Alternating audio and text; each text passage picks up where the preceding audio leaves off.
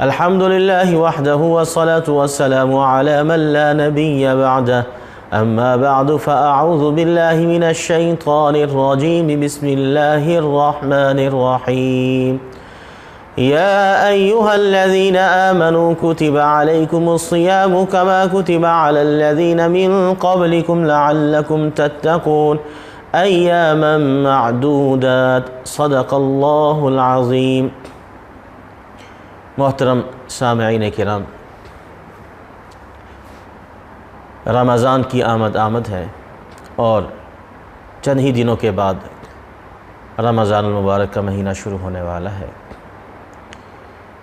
خوش نصیب لوگ ہوں گے وہ جو رمضان کا مہینہ پائیں گے اور اس میں عبادت کریں گے، روزے رکھیں گے، تراویح پڑھیں گے، ذکر کریں گے، تلاوت کریں گے، صدقات کریں گے، خیرات کریں گے۔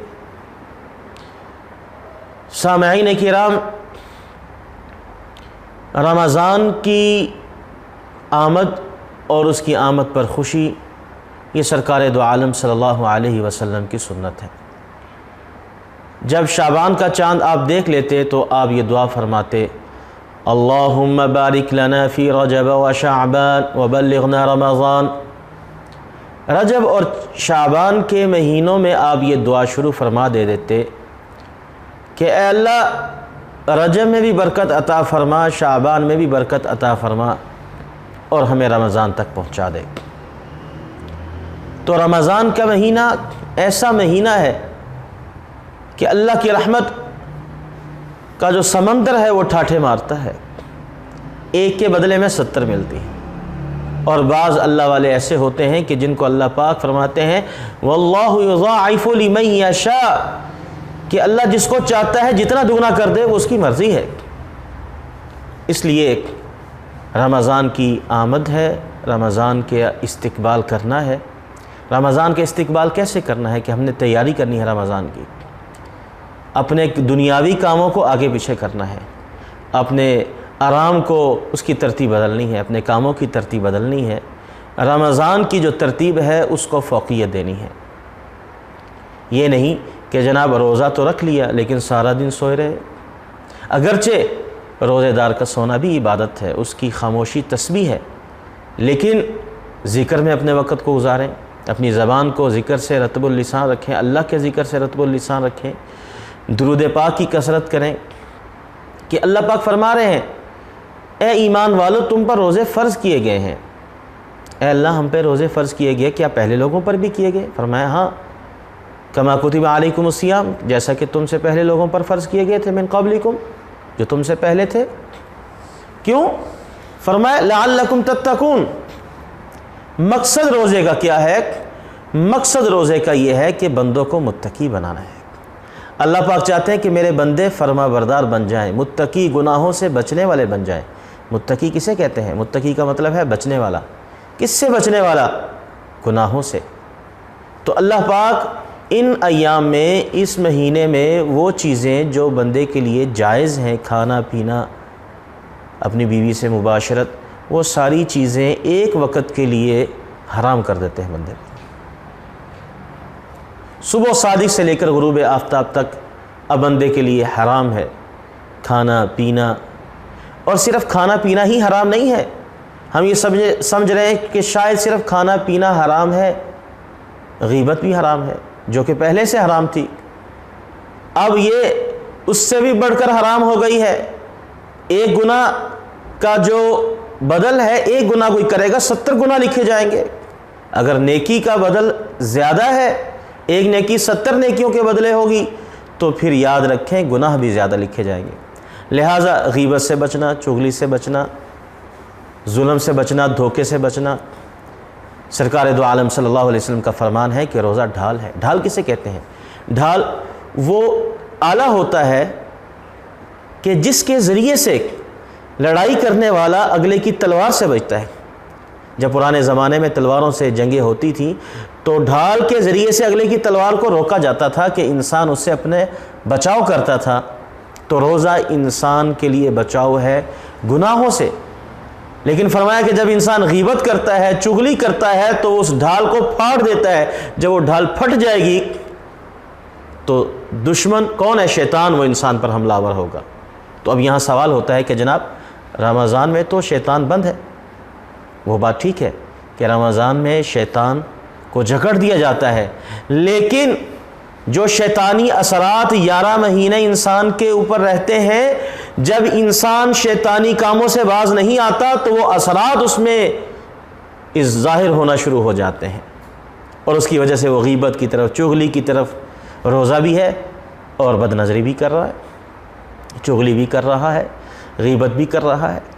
لہٰذا میری آپ سے گزارش ہے کہ رمضان کے اوقات قیمتی اوقات ہیں، ان کو ذکر میں گزاریں، تلاوت میں گزاریں، اور دنیا کے کاموں کو کم کر دیں، چھوڑ نہ دیں، یہ نہیں میں کہتا کہ چھوڑ دیں، لیکن کم کر دیں، اپنے ملازم کا متاحت کا بوجھ کم کر دیں، اس کا کام کم کر دیں، اس کے پیکج میں اضافہ کر دیں، اس کی سیلری میں اضافہ کر دیں، تاکہ وہ آسانی کے ساتھ رمضان میں اللہ کو یاد کر سکے، کہ تنگ دستی انسان کو فقر تک پہنچا دیتی ہے۔ اس لیے اپنے متاحت کے ساتھ اچھا سلوک ہو، اپنے اڑوس پڑوس میں لوگوں کا خیال رکھیں۔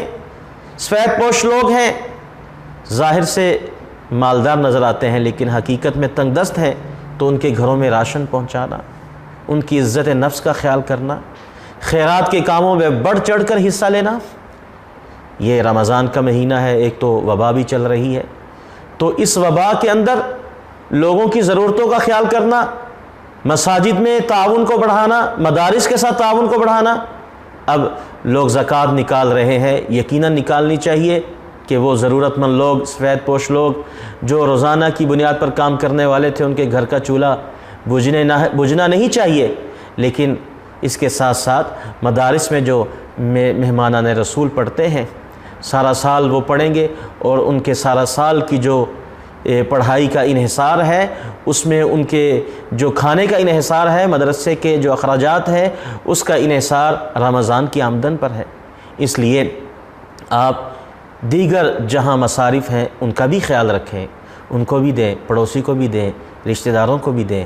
وہیں یہ جو اللہ کے مہمان ہیں، ان کا جو مراکز ہیں دین کے، مدارس، ان کے ساتھ بھی اپنا تعاون بڑھائیں، اور رمضان کو اللہ کی یاد میں گزاریں، اور یہ نیت کریں کہ ہم نے اللہ سے، جیسے ایک آدمی سیزن لگاتا ہے تو اس کو پتہ ہوتا ہے کہ سیزن 2 ماہ کا ہے، 3 ماہ کا ہے، میں نے سارے سال کی کمائی اس میں کرنی ہے، تو ہم یہ طے کر لیں کہ یہ سیزن ہے نیکیوں کا، سارے سال کی کمائی کرنی ہے، اور اللہ سے ایسی کمائی کرنی ہے کہ 11 ماہ اللہ سے اپنے رزق کو وسعت والا بنا لینا ہے، کہ اللہ ہمارے رزق میں برکت عطا فرما دے، کہ 11 ماہ میں آسانی کے ساتھ گزار سکوں، اور جب دوبارہ یہ 12واں مہینہ رمضان کا آئے تب مجھے تیری عبادت کرنی آسان ہو جائے۔ اس لیے حدیث مبارکہ میں آتا ہے کہ آٹے کا نمک، جوتے کا تسمہ، وہ بھی کس سے مانگنا ہے؟ اللہ سے مانگنا ہے۔ تو ہر چیز اللہ سے مانگنی ہے۔ میں تو کہا کرتا ہوں اپنے دوستوں کو کہ بھائی ایک لسٹ بنا لو، وہاں اپنی خواہشات لکھ لو، جائز خواہش ہے، گاڑی چاہیے، ضرورت ہے، بچے بڑھ گئے ہیں، موٹر سائیکل پہ نہیں پورے آتے، گھر تنگ ہے جناب، کمرہ ایک ہے، کمروں کا اضافہ چاہیے، جی آمدن میں ایک کمی ہے، بچے ہیں، اسکول کے اخراجات ہیں، دیگر اخراجات ہیں، آمدن میں اضافہ چاہیے۔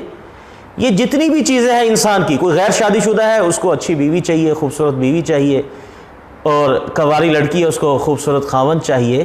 جو بھی جس کی خواہش ہے، جائز خواہش ہے، وہ اللہ سے مانگے، اس کو لکھے، اور رمضان کی قیمتی گھڑیوں میں اپنی دنیاوی جو ضرورتیں ہیں وہ بھی اللہ سے مانگنی ہے، اور اللہ سے ان کو قبول کروانا ہے کہ اللہ وہ ہماری ضرورتیں پوری کر دیں۔ اسی طرح جو حقیقت میں مانگنے کی چیز ہے وہ کیا ہے؟ وہ ہے جنت، وہ اللہ کی محبت، سرکار دو عالم صلی اللہ علیہ وسلم کی محبت، آپ کے اہل بیت کی محبت، آپ کے اصحاب کی محبت، آپ کے اولیاء کی محبت، یہ مانگنے کی چیز ہے۔ اس لیے فرمایا کہ جب بھی اللہ سے سوال کرو تو جنت الفردوس مانگو، اس لیے کہ جنت الفردوس سب سے اعلیٰ جنت ہے، اور وہ حضور کے نبیوں کے پڑوس میں ہے وہ جنت۔ تو اللہ تعالیٰ سے اس جنت کا سوال کرنا، اللہ سے ہر جائز خواہش اللہ سے قبول کروانا کہ اللہ میری ضرورتیں پوری کر۔ یاد رکھیں، لوگوں کے سامنے سوال کریں گے، لوگ ذلیل کریں گے، رسوا کریں گے، اور اگر اللہ سے مانگیں گے تو اللہ خوش ہوگا۔ لہٰذا اللہ سے مانگتے ہوئے شرمائے نہیں۔ بعض لوگ اللہ سے مانگتے ہوئے بھی شرماتے ہیں، کہتے جی ہم تو اللہ سے دنیا نہیں مانگتے، آخرت ہی مانگتے۔ بھائی پھر دنیا کس سے مانگو گے؟ جب اللہ سے آخرت مانگ رہے ہو تو دنیا کسی اور سے مانگو گے؟ دنیا کا رب کوئی اور ہے؟ نہیں، اس کا رب بھی اللہ ہے، آخرت بھی اللہ سے مانگنی ہے، جنت بھی اللہ سے، قبر میں راحت بھی اللہ سے، پل صراط پر تیزی سے گزرنا وہ بھی اللہ سے، اعمال نامہ دائیں ہاتھ میں مل جائے وہ بھی اللہ سے، سرکار دو عالم صلی اللہ علیہ وسلم کا جنت میں پڑوس مل جائے وہ بھی اللہ سے، اللہ کی زیارت ہو یہ بھی اللہ سے مانگنا ہے، اور دنیا کی جو حاجتیں ہیں وہ بھی اللہ سے مانگنی ہے۔ اور اگر مانگنا نہ آتا ہو تو یہ دعا ہی مانگ لو جو آپ علیہ الصلوۃ والسلام نے اپنی امت کو سکھائی ہے، جو حقیقت میں مانگنے کی ہے، وہ ہے ربنا آتنا فی الدنیا حسنہ وفی الآخرۃ حسنہ وقنا عذاب النار۔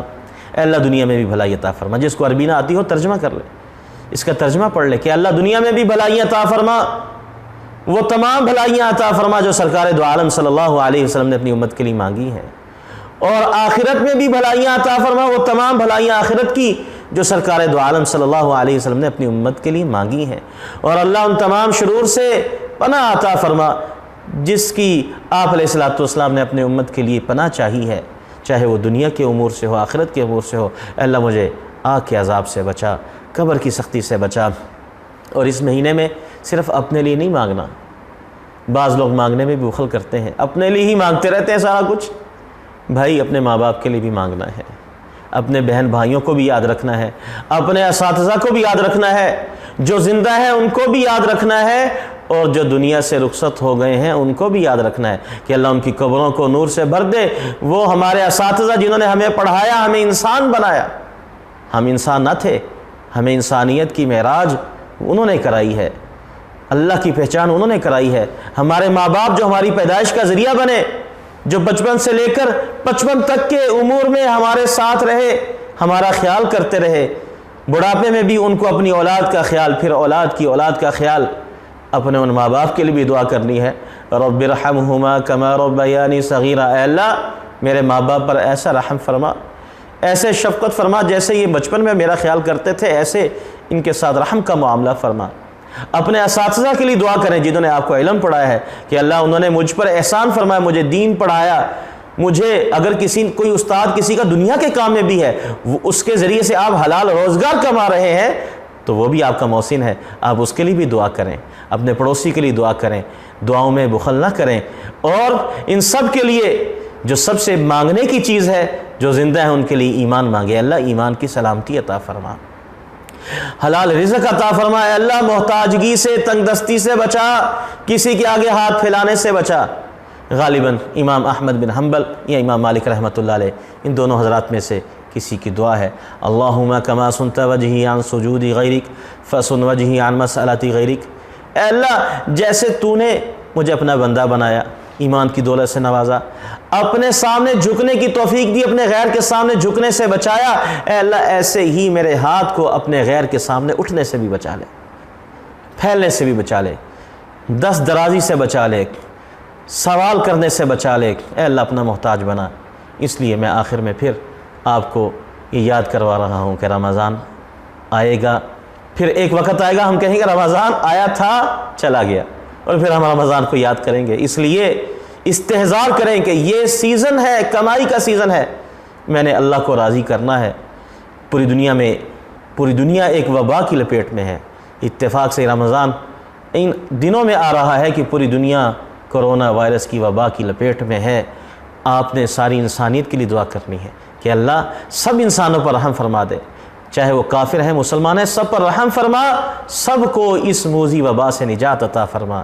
ہمارے جو جذبات ہیں وہ غیر مسلم کے لیے بھی یہ ہونے چاہیے کہ اللہ اس پر رحم فرما، اس کو دنیا کی تکلیف سے بچا، اور ایمان کی توفیق عطا فرما کر اس کو آخرت کی تکالیف سے بھی بچا دے۔